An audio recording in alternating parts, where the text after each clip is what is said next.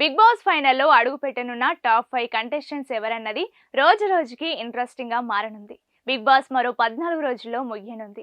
ఈలోపు హౌస్ లో ఎలాంటి మార్పులు జరుగుతాయి, హౌస్ నుంచి ఎవరు ఎలిమినేట్ అవుతారోనని అభిమానులు ఎదురు చూస్తున్నారు. మరోవైపు ఈ వారం నామినేషన్స్ లో ఉన్న కంటెస్టెంట్స్ కు సంబంధించిన ఓటింగ్ లో మరోసారి నిఖిల్ టాప్ లో నిలిచాడు. గత కొన్నాళ్లుగా హౌస్ లో నిఖిల్ బ్యాడ్ టైం నడుస్తున్న ఫ్యాన్ ఫాలోయింగ్ తో గట్టెక్కుతూ వస్తున్నాడు. గౌతమ్ సెకండ్ ప్లేస్ ను దక్కించుకున్నాడు. ఇక ఓటింగ్ లో నబిల్ 3వ స్థానానికి వచ్చాడు. ప్రేరణ 4th ప్లేస్ లో నిలవగా విష్ణుప్రియ 5వ స్థానాన్ని దక్కించుకుంది. మరోవైపు ఈ వీక్ డబుల్ ఎలిమినేషన్ ఉండనున్నట్లు సమాచారం. Prithvi, Avinash, tasty Teja danger zone లోకి వచ్చారు.